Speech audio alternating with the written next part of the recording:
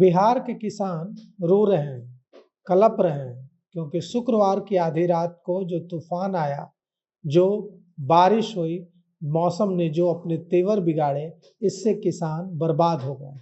जोरदार आंधी चली, तेज बारिश भी हुई और इस आंधी बारिश ने किसानों की खेतों में जो फसल है, खलिहानों में जो फसल है, उसको आग की तरह काम किया उस फसल पर और सब कुछ किसान का नष्ट हो गया।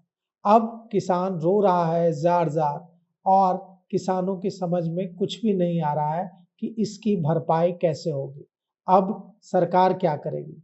सरकार को इन किसानों की मदद के लिए आगे आना होगा, नहीं तो ये किसान कहीं के नहीं रहेंगे। कृषि मंत्री रामकृपाल यादव ने इसे लेकर एक बयान जारी किया है। कृषि मंत्री रामकृपाल यादव ने जो आंधी बारिश आई है हाल के दिनों में और जो किसानों पर यह बिजली की तरह टूट पड़ी है आंधी बारिश, किसानों की फसल चाहे वो खेतों में लगी हो या खलिहान में आई हो, उसे नष्ट कर दिया है इस बेमौसम बरसात ने।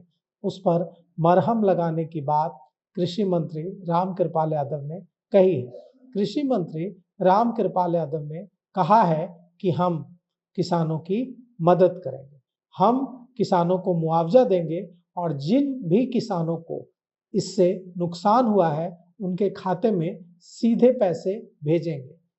कृषि मंत्री रामकृपाल यादव ने कहा है कि हमने इससे पहले भी करोड़ों रुपए किसानों के खाते में आंधी बारिश के मुआवजे के तौर पर भेजा था और फिर हम असेसमेंट कर रहे हैं, आकलन कर रहे हैं और हम फिर नुकसान का आकलन करके किसानों के खाते में मुआवजे के तौर पर राशि भेजेंगे। रामकृपाल यादव ने क्या कुछ कहा है, किसानों की मदद करने के लिए सरकार क्या कुछ करने जा रही है, आइए सुनते हैं। नुकसान पहुंचा है क्या किसानों को उससे कुछ राहत मिलेगी? पता है किसान के लिए सरकार लगातार चिंता करते रहती है। माननीय मुख्यमंत्री जी का मार्गदर्शन भी है। निश्चित तौर पर कल बड़े पैमाने पर पूरे बिहार के कई इलाकों में आंधी तूफान और ओलावृष्टि हुई है, मगर हम लोगों ने अपने स्तर से जो हमारा दायित्व बनता है, हमारे कृषि पदाधिकारी सक्रिय होकर के उसका आकलन करेंगे। 33% से अधिक नुकसान होता है तो फिर वो फसल का जो मुआवजा मिलना चाहिए हकदार हो जाता है। मगर उसके सिस्टम ये है कि हमारा जिला कृषि पदाधिकारी डिस्ट्रिक्ट मजिस्ट्रेट साहब को रिपोर्ट करेगा और डिस्ट्रिक्ट मजिस्ट्रेट मुख्यालय को भेजेंगे और यहाँ आपदा प्रबंधन के माध्यम से जो धनराशि आती है उसका डिस्ट्रीब्यूशन सीधे हम खाते में, किसानों के खाते में डालते हैं।